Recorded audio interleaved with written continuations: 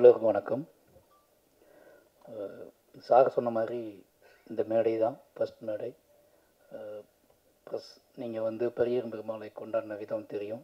அதை பார்த்து என்னோடய கலையை, என்னோடய அரசியலை இந்த மக்கள் எடுத்துகிட்டு கொண்டு போன விதம் வந்து தெரியும். அந்த நம்பிக்கை தான் வந்து அடுத்தடுத்த கர்ணனாக இருக்கட்டும், மாமன்னனாக இருக்கட்டும், வாழையாக இருக்கட்டும், இப்போ எடுத்துகிட்டு இருக்க பைசனாக இருக்கட்டும், இது எல்லாமே முழுக்க முழுக்க என்ன விஷயம் நடந்தாலும் இந்த கதையை ஏற்றுக்கொள்வதற்கான மக்கள் இருக்கிறார்கள் அப்படிங்கிற நம்பிக்கையில் தான் எல்லா கதையுமே எடுக்கிறோம். அப்படி ஒரு அந்த மாதிரியான நம்பிக்கை கொடுத்த பத்திரிகையாளர்களுக்கு முதல்ல என்னோட நன்றி. முதல்ல ஹாட் ஸ்டார் தேங்க்ஸ் சொல்லணும். ஏன்னா இந்த ஸ்கிரிப்டு ஃபஸ்ட்டு நான் சினிமாவுக்கு வந்த உடனே படம் பண்ணலான்னு சொன்ன உடனே முதல்ல இருந்த ஸ்கிரிப்ட் வாழை தான். ஃபஸ்ட்டு வந்து சின்னதாக ஒரு இந்த கதையை சொன்னேன் டைரக்டர்கிட்ட, இது வேணால் எழுதி வைடா அப்படின்னு சொன்னார். அதை எழுதி வச்சு ஒரு சின்ன பட்ஜெட்டில் பண்ணிடலாம் அப்படின்னு சொல்லி 50 லட்ச ரூபா இருந்தால் கூட அந்த படம் பண்ணிடலாம் அப்படிங்கிற முடிவோடு இருந்த படம் தான் வாழை. ஏன்னா இது எடுத்தால் தான் என்னோடய அடுத்த கதைக்கு என்னால் போக முடியும் அப்படின்னு நம்பிக்கிட்டு இருந்தேன். அப்போ அந்த அறிவுக்கு நான் அப்படி நம்பிக்கிட்டு இருந்தேன். இது எடுக்காமல் நம்மளால் அடுத்த படத்தை எடுக்கவே முடியாது. ஏன்னா இது அவ்வளோ பாதிப்பு ஏற்படுத்தின ஒரு கதை எனக்கு. அதில் அப்போ காலப்போக்கில் வந்து என்ன ஆகி போச்சுன்னா, நான் நிறைய வாசிக்க ஆரம்பித்தேன், நிறைய படங்கள் பார்க்க ஆரம்பித்த உடனே எனக்கு தெரிஞ்சு இதை வந்து நம்ம வந்து கஷ்டப்பட்டு எடுக்கக்கூடாது, இது நல்லா எடுக்கணும், நம்ம வந்து அடித்து பிடிச்சி எடுக்கக்கூடாது, இந்த வாழையை வந்து மிக சரியானதாக டைம் கிடைக்கும் போது எடுக்கணும் அப்படின்னு முடிவு பண்ணிட்டு தான் தள்ளி வச்சுட்டு பெரியர் பெருமாள் எழுத ஆரம்பித்தேன். பெரியர் பெருமாள் அப்போ இதே அளவுக்கு பெயின்னுள்ள கதை எழுதுவோம் தனியாக அப்படின்ட்டு பெரியர் பெருமாள் எழுத ஆரம்பித்தேன். பெரியர் பெருமாள் வந்து என்னோடய ஜேர்னி ஸ்டார்ட் ஆகிடுச்சு.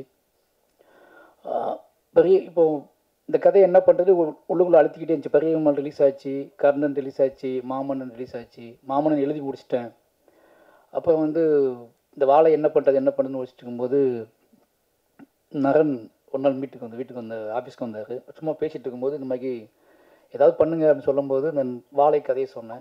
நீங்கள் இருக்க இவ்வளோ பிஸியில் எப்படி பண்ணுவீங்கன்னு கேட்கும்போது, நான் ஏதாவது கேப்பில் நான் வந்து பண்ணிவிடுவேன், இது எனக்கு இது கதையும் தேவையில்லை, ஸ்கிரிப்ட் புக்கும் தேவையில்லை, எதுவுமே தேவையில்லை, நீங்கள் ஓகே சொன்னால் நான் பண்ணிவிடுவேன் போய் அப்படின்னு சொல்லி அப்படி தான் வாழை வந்து ஸ்டார்ட் ஆச்சு. உடனே ஹாட் ஸ்டார் பேசினாங்க. அந்த கதையை கேட்ட அடுத்த நிமிஷமே நம்ம பண்ணுறோம் சார்னு சொல்லிட்டாங்க. நான் மாமன்னன் ஷூட்டிங்கில் இருந்தப்போ மாமன்னன் கேப்பில் இந்த படத்தை நான் வந்து மாமன்னன் ரிலீஸ் ஆக முன்னாடி இந்த படம் பண்ணி முடிச்சிட்டோம். நிச்சயமாக இந்த ஃபங்க்ஷன் வைக்கிறதுக்கு முதல் காரணம் என்னென்னா, ஃபஸ்ட் சிங்கிள் சும்மா சாதாரணமாக ரிலீஸ் பண்ணிடலாம், என்னோடய பசங்களுக்காக தான் அந்த ஃபங்க்ஷன் வைக்கிறது. என்னோடய பசங்கன்னா பொன்வேலுக்கும் ராகுலுக்கும் தான் இந்த ஃபங்க்ஷன் வைக்கிறது. ஏன்னா அவனுங்க சின்ன பையனாக இருந்தாங்க இந்த படம் எடுக்கும்போது, இப்போ வளர்ந்துட்டானுங்க.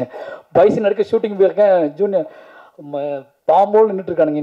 நீ என்ன பண்ணிக்கிட்டு இருக்க, நாங்கள் வந்து 1.5 வருஷமாக நீங்கள் வந்து நான் அவ்வளோ பில்டப் பண்ணி நடிச்சு ஸ்கூலில் லீவ்லாம் கேட்டு பில்டப் பண்ணி வச்சுருக்கோம், நீ வந்து இங்கே வந்து வேறு படம் எடுத்துக்கிட்டு இருக்க, மாமன்னு எடுத்த ஓகே, அடுத்து பைசன்னு படம் எடுக்க வந்துட்டா, எங்களை எப்போ தான் காட்டுவேன் அப்படின்னு அவனை என்னை கேட்காமலே முடிச்சுட்டே இருந்தானுங்க 2 பேருமே.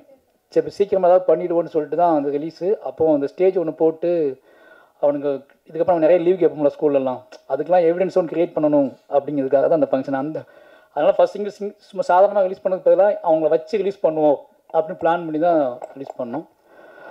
அதனால் ஹாட் ஸ்டார் ரொம்ப நன்றி. என்னை ரொம்ப பிலீவ் பண்ணாங்க. ஏன்னா ஒரு படம் ஷூட்டிங் போயிட்டு இருக்கும்போது என்னோடய கமிட்மெண்ட் அவங்களுக்கு எல்லாமே தெரியும். அதனால் வந்து இது எப்போ பண்ணுவார்லாம் யோசிக்காமல் நான் கேட்கணும் காசு கொடுத்தாங்க. போய் இந்த படத்தை நான் முடிச்சுட்டு வந்துட்டேன். இதுக்கப்புறம் இவ்வளோ கேப்பில் எனக்காக வெயிட் பண்ணுறாங்க. நீங்கள் எப்போ வரீங்களோ அப்போ வாங்கன்னு சொன்னாங்க. அதே மாதிரி இப்போ எல்லா வேலையும் முடிஞ்சு இப்போ நான் ரிலீஸ் பண்ணுறேன்னா ஓகேன்னு சொல்லி இவங்க வேலையை ஸ்டார்ட் பண்ணியிருக்காங்க. அதனால் வந்து Pradeep sir, Krishnankutty sir, hot star மொத்த டீமுக்குமே வந்து எனக்கு ரொம்ப நன்றி. மெயினாக வந்து நான் படத்தை பற்றி பேச வேண்டாம், ஏன்னா அது ஃபஸ்ட் சிங்கிள் தான், நிறைய விஷயங்கள் இருக்குது. மெயினாக நான் பிலீவ் பண்ணுற விஷயம் ஒன்று தான். நான் ஒர்க் பண்ண எல்லாருமே இங்கே இருக்காங்க. ரஞ்சிதனா இருக்கார், அவர் கூட இப்போ நான் அடுத்த படம் பண்ணிக்கிட்டு இருக்கேன். அப்போ தானு சார் இருக்கார், அவர் கூட எனக்கு கமிட்மெண்ட் இருக்குது, படம் பண்ணுறேன். அதுக்கு அடுத்து மூர்த்தி சார் இருக்கார், ரெட் ஜெயிண்டு, அவங்க கூட ஒரு படம் பண்ணுறேன், கமிட்மெண்ட் இருக்குது. இது ஏன் சொல்கிறேன் அப்படின்னா, நான் என்னவா இருக்கேன் சினிமாவுக்குள்ள, இதுவே எனக்கு பயங்கர திருப்தியாக இருக்குது. என் கூட ஒர்க் பண்ணவங்க என்னோட உழைப்பையும் என்னோடய அரசியலையும் என்னோட சினிமா கலையின் மீது எனக்கு இருக்க விஷயத்தையும் புரிஞ்சுக்கிட்டு என்னை அரவணைச்சு அவங்க கொண்டு போயிட்டு இருக்காங்க. இந்த 4 பேர், இந்த 3 ப்ரொடியூசரும் இவங்க கூட இருந்து என்னை ஒரு ப்ரொடியூசராக பார்க்குறதும் சந்தோஷப்படுறதுமே முக்கியமான விஷயம். அடுத்தடுத்து அவங்க கூட ட்ராவல் பண்ணுறேன். அவங்க 3 பேர்த்துக்குமே ரொம்ப நன்றி. அடுத்து வந்து என்ன சொல்கிறது, என்னோடய இயக்குனர் ரஞ்சிதன் அடிக்கடி சொல்லிட்டே இருப்பேன், எல்லாத்தையும் சொல்லிட்டே இருப்பேன். உனக்கு ஏன் இவ்வளோ பதட்டம், உனக்கு ஏன் இவ்வளோ சிக்கல், ஏன் இவ்வளோ டென்ஷன் ஆகு, 4வது படம் வந்துட்டுலாம் அவன் பார்த்து பண்ணலாம்னு சொல்லுவாரு. இப்போ கூட உதடு ஒட்ட ஆரம்பிச்சுக்க தான் பேச கூப்பிடுறாங்க. நான் நிறைய ஃபங்க்ஷனில் உதடு ஒட்டினாலே கான்ட்ரவர்ஷியலாக பேசி மாட்டியிருக்கேன். எனக்கு தண்ணி குடிக்க உதடில் ஒட்ட ஆரம்பிச்சிட்டுனா தகடன்னு ஏதாவது பேசிட்டு போயிடுவேன். பேசிட்டு கீழே போனதுக்கப்புறம் தான் பார்த்தா உள்ளுக்குலேருந்து வெளியே கொட்டியிருக்கும் ஏதோ ஒன்று. நான் போகும்போது ஹிடன் பண்ணிட்டு போயிருப்பேன், ஆனால் மேலே போய் அது கொட்டியிருக்கும் பயங்கரமாக. அப்போ யோசிப்பேன், இது உள்ளே கிடந்திருக்கு, நமக்கு தெரியாமல் கிடந்திருக்கு அப்படின்னு யோசிப்பேன். அப்படி நிறைய ஃபங்க்ஷனில் நான் பேசியிருக்கேன். அதுக்கு ஒரே ரீசன் என்ன அப்படின்னா, நிறைய விஷயங்கள் ஓடிக்கிட்டே இருக்கும். ரஞ்சிதனை திட்டிகிட்டே இருப்பார், டேய் நார்மலாக இருக்கா, நீ வந்து கேஷுவலாக இருக்கு, உனக்கு எல்லா வசதியும் வந்துடுச்சு, நீ சொன்ன எல்லாமே நடக்கும், நல்ல ப்ரொடக்ஷன் வந்துட்டாங்க, ப்ரொடியூசர்ஸ் இருக்காங்க, அப்புறம் ஏன் இவ்வளோ பதட்டப்பட்டு படத்தை எடுக்கிற, இவ்வளோ வேகத்தை ஏன் போடுற அப்படின்னு கேட்பாரு. ஒரு கதையை படமாக்குவது என்றால் அந்த கதையை நம்ம ரசித்து அதுக்கான கிராஃப்டை கண்டுபிடிச்சி ஒரு படம் பண்ணலாம். பட் என்னை நானே இயக்குவது அப்படின்றது, என்னோடய வாழ்க்கையை நான் இயக்குவது அப்படிங்கிறதுனால வந்து எனக்கு இந்த பதட்டம் போக மாட்டேங்குது. நான் கிரியேட் பண்ணுற எல்லா கேரக்டர்ஸுமே என் வாழ்க்கையில் பார்த்த மனிதர்களாக இருக்காங்க. அவங்க இன்னும் வாழ்ந்துக்கிட்டு இருக்காங்க. அவங்க ஏதோ மூலையிலேருந்து நீ பார்த்துக்கிட்டு இருக்காங்க. அவங்க என்னை வந்து இவன் எப்படி மாறிக்கிட்டு இருக்கான், அவன் என்னவா ஆகிக்கிட்டு இருக்கான், அவன் என்ன பேசுகிறான், இவன் பேசுகிறது எவ்வளோ உண்மை இருக்குது, எவ்வளோ பொய் இருக்குது, இவன் பேசுகிறத ஏற்றுக்கலாமா, நம்பலாமா, வேண்டாமான்னு சொல்லிட்டு அவங்க கண்காணிச்சிட்டே இருக்காங்க. அதனாலேயே எனக்கு அந்த பதட்டம் வந்துகிட்டே இருக்குது.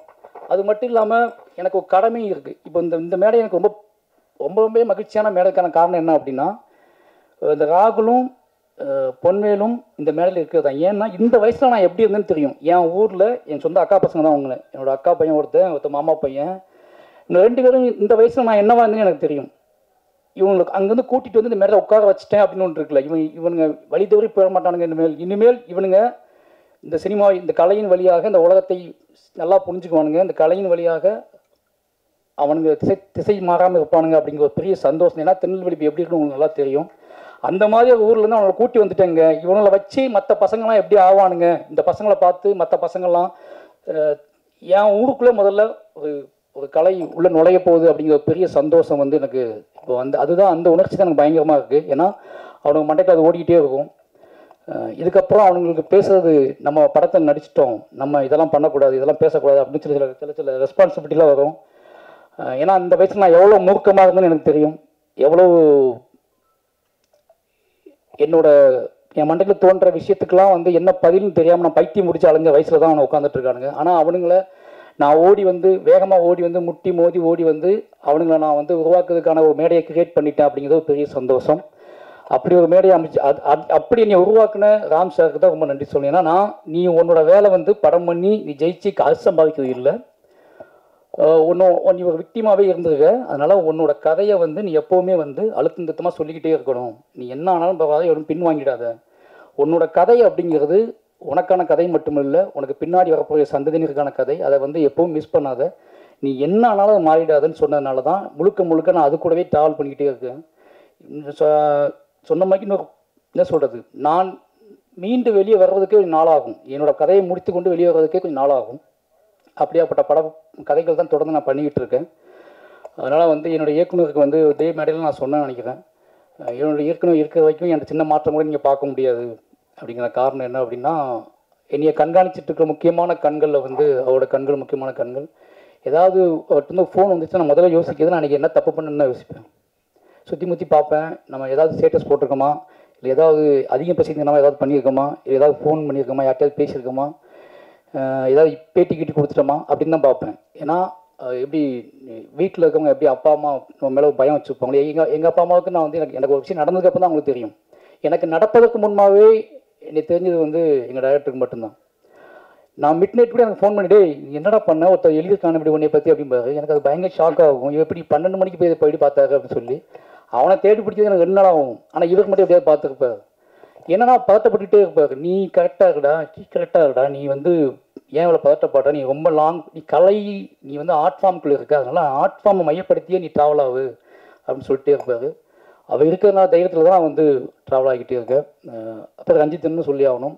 ஏன்னா முழுக்க அவர் எவ்வளோ வேகமாக இருந்தாலும் தன்னோட இருக்கிற மனிதர்களை பத்திரமா பார்த்துக்கல அவருக்கு நிகரான யார் மேலும் நினைப்பேன். ஏன்னா அவர் ஓடிக்கிட்டு இருப்பார், அவர் முட்டுவார், மோதுவார், எல்லாம் பண்ணுவார், கழகங்களை உருவாக்குவார்.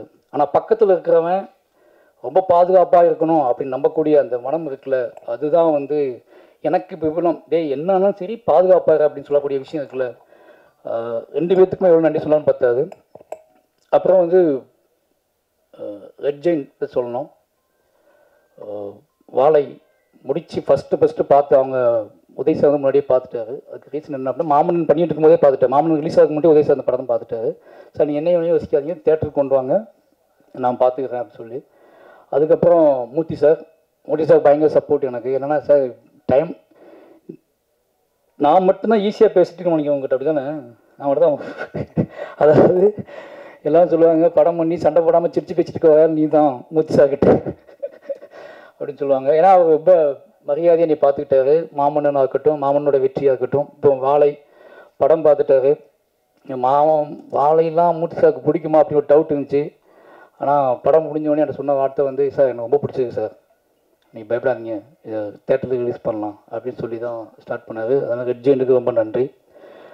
அடுத்து வந்து மாஸ்டர் திலீப் மாஸ்டர் சொல்லணும். ஏன்னா இந்த படத்தை எப்படி எந்த மாதிரி கொண்டு வரது, யார் சப்போர்ட் வைக்குது அப்படின்னு சொல்லிட்டு நான் வந்து கொஞ்சம் ரஞ்சித் டிஸ்டர்ப் பண்ணக்கூடாது, நமக்கு தெரிஞ்ச ஆட்களை யாரும் டிஸ்டர்ப் பண்ணக்கூடாது, நம்மளை ரொம்ப நம்பி நம்மளுடைய எமோஷனலாக ஆட்களை யாரும் டிஸ்டர்ப் பண்ணக்கூடாது, நம்ம வந்து ஒன்று நம்மளே பண்ணிவிடுவோம், இல்லை ரெட் ஜெயின்ட்டை பண்ண சொல்லுவோம், இப்படி தான் பிளான் பண்ணிகிட்டு இருந்தேன். ஒரு நாள் பைசன் ஷூட்டிங்க்கு வந்தார். வாழை காட்டுங்க எனக்கு அப்படின்னாரு. நான் ஷூட் பண்ணிட்டு இருந்தேன். அப்போ கேப்பில் வாழை பார்த்துருங்கன்னு சொன்னேன். வாழை பார்த்துட்டு வந்தார். வந்துட்டு தலைவா ரொம்ப எமோஷ்னல் ஆகி அன்றைக்கி ஃபுல்லாக ஷூட் பண்ண மாட்டேன்ட்டார், நீங்களே பண்ணிக்கோங்க, நான் கொஞ்சம் ஃப்ரீயாக விடுங்க அப்படின்னு சொல்லிட்டாரு. ஒரு 2 hours பட்டில் ஸ்பாட்டுக்கே வரல, உட்காந்துட்டே இருந்தார். அதுக்கப்புறம் வந்தார். வந்துட்டு தெளிவா நம்ம தேட்டருக்கு பண்ணுறோம், நான் இந்த படத்தில் இருக்கணும் இல்லை, அதான் நீங்கள் இருக்கீங்களே மாஸ்டராக இருக்கீங்களா அப்படின்னு.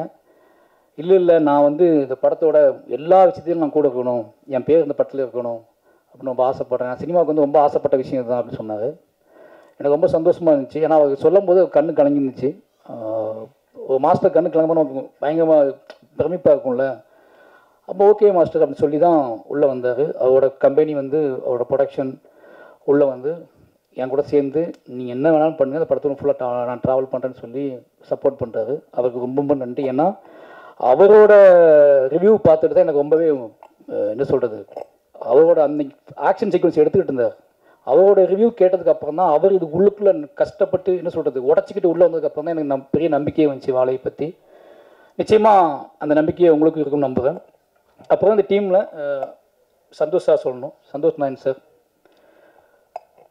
எல்லாம் சொல்கிற மாதிரி சந்தோஷ் சாருக்கு எனக்கு ஒரு மேஜிக் இருக்குது. காரணம் என்னென்னா ஒரு ஃப்ரீடம். 2 பேருமே வந்து பேசும்போது நான் வந்து ஒரு சாங் கேட்கும்போதும் சரி, என்னோடய டெப்த்தாக நான் எவ்வளோ நேரம் கேட்க முடியுமோ கேட்டு வாங்கி அவர்கிட்ட பேசி சிரித்து விளையாண்டு ஒன்று ரெடி பண்ணுவோம். நான் படம் முடிச்சுட்டு இருந்தால் இங்கே பாதி பாட்டு வாங்குவேன். படம் ஸ்டார்ட் பண்ணும்போது பாட்டே வாங்க மாட்டேன். ஏன்னா என்னோடய விஷுவலை பார்க்கணும், என்னோடய வேர்ல்டை புரிஞ்சுக்கணும், என்னோடய கதாபாத்திரங்களோட கண்களை வந்து மியூசிக் டேரக்டர்ஸ் பார்க்கணும்னு நினைப்பேன். ஏன்னா பழைய மம்மாலேருந்து நான் எல்லா பாட்டையுமே படம் முடிச்சுட்டு தான் வாங்கியிருக்கேன். ரஹ்மான் சார்ட்டையும் அப்படி தான் நான் வாங்கினேன். அதுக்கு ஒரே ரீசன் என்னென்னா, எனக்கு வந்து ஒரு கட்டத்துக்கு மேலே அது வந்து அவங்களுக்கு ரொம்ப அவேவாயிடுவாங்கன்னு பயமாக்கும் கதை சொல்லும் போது. இதான் கதை லைன் சொல்லிட்டு அப்போ படத்தை கொண்டு போய் காட்டுவேன். அப்படி படம் காட்டி தான் வந்து எல்லா பாட்டும் மியூசிக் வாங்கணும். வாழையும் அப்படி தான் பார்த்தாரு. வாழை பார்த்த அவரும் அதே அந்த நாள் ஞாபகத்தில் இருக்குது எனக்கு. வாழை வந்து பார்த்தாரு. பார்த்துட்டு அவர் நம்ம வேற மாதிரி பண்ணுவோம் இதை அப்படின்னு சொல்லி ஸ்டார்ட் பண்ணது தான் அந்த படத்தில் பாடல்கள். நிச்சயமாக அந்த எனக்கு வந்து ரொம்ப பிடிச்ச எனக்கே நான் அதிகமாக கேட்டுட்டு இருக்க பாட்டு வந்து இந்த படத்தோட பாட்டு தான். இப்போ அதிகமாக என்னை டிஸ்டர்ப் பண்ணுற பாட்டு வந்து இதில் பாதவத்தின் ஒரு ஒப்பாரி பாடல் இருக்குது. அந்த பாடல் எப்படி உருவாச்சுன்னு எனக்கு தெரில.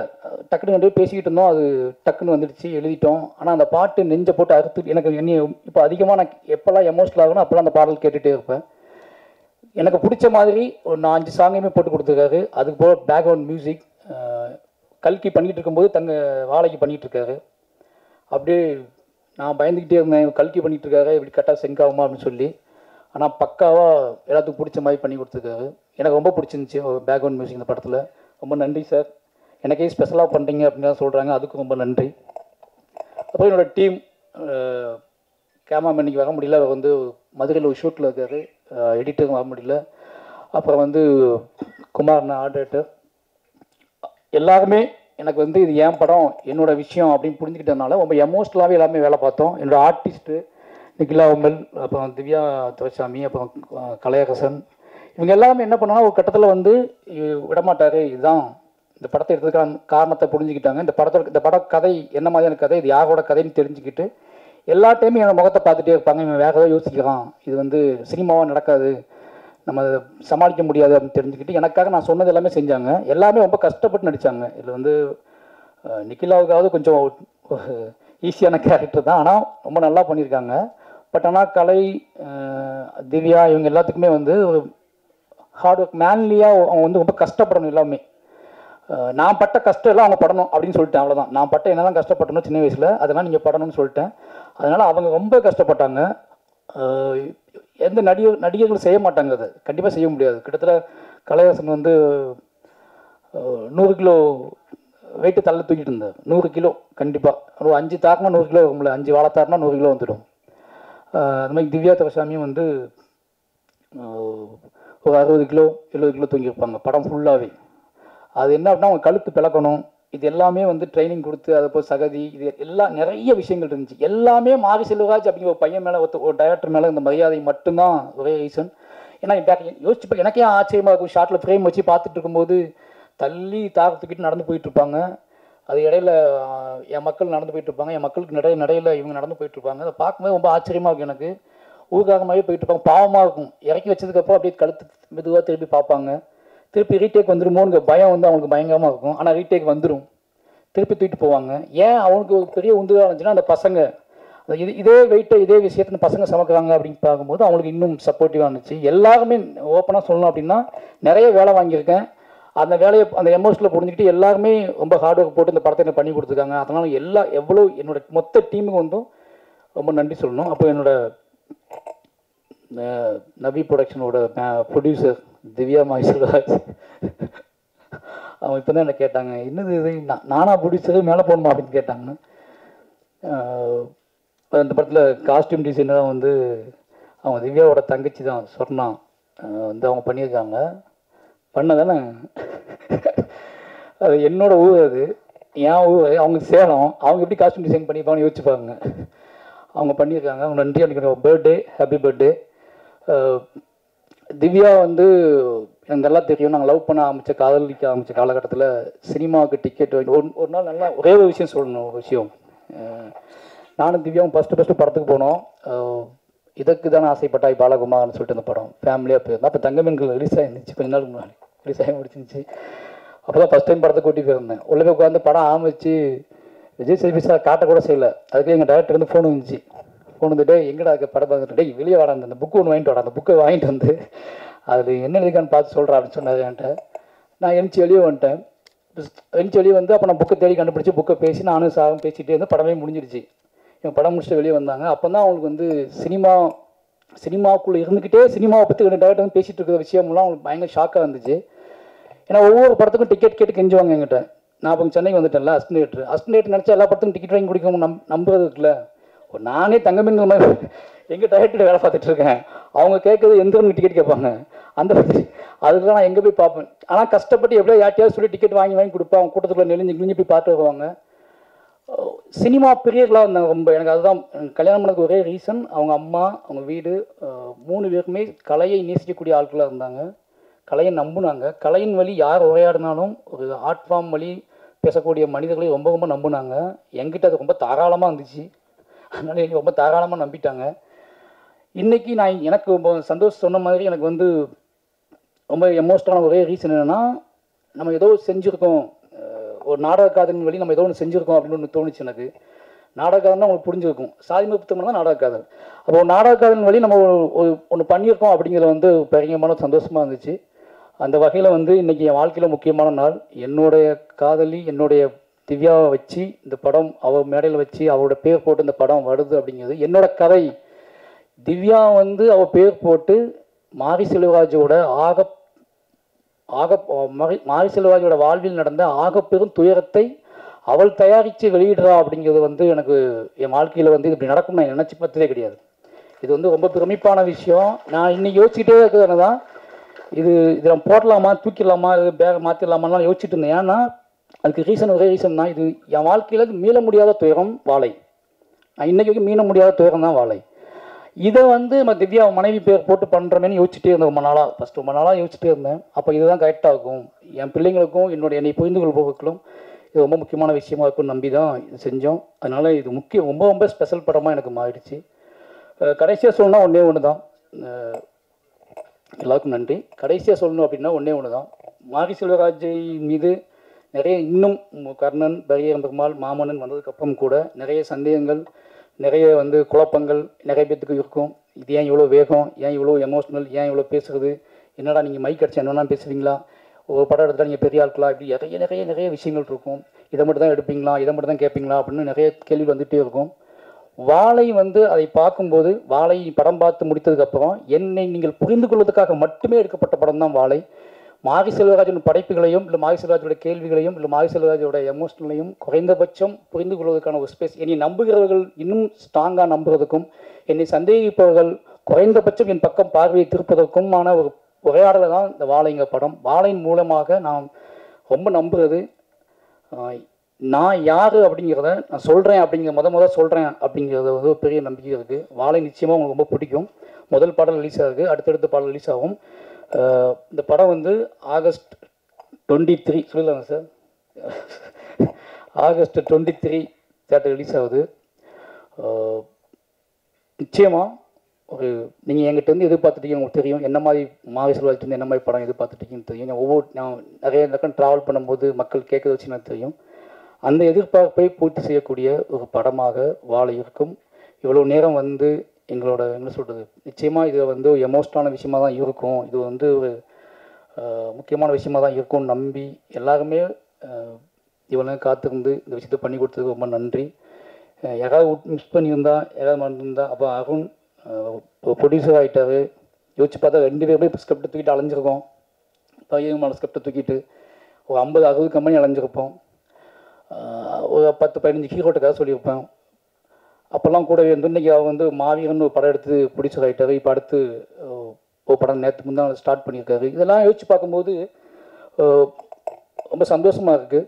2 பேரும் இன்றைக்கி அவர் ப்ரொடியூசராக இருக்கா, நான் டைரக்டராக இருக்கேன் அப்படிங்கிற சந்தோஷமாக இருக்குது. இப்படி நிறைய நல்ல விஷயங்கள் எப்படி நடக்குது அப்படின்னா, தீவிர நம்பிக்கையிலையும் உழைப்பிலையும், அதிகமான உழைப்பிலையும், கனவை நோக்கிய பயணத்திலும் நடக்குது. அதை நாங்களாம் வந்து ஒரு பெரிய உன்னுதாரணமாக இருக்கோம் அப்படிங்கிற சந்தோஷம் இருக்குது. எல்லாருக்குமே நன்றி. யாரையாவது விட்டுருந்தால் மன்னிச்சுக்கோங்க. நிச்சயமாக வாழை உங்கள் எதிர்பார்ப்பை பூர்த்தி செய்கிற படமாக இருக்கும். ஆகஸ்ட் 23க்காக நான் வெயிட் பண்ணுறேன். ரொம்ப நன்றி.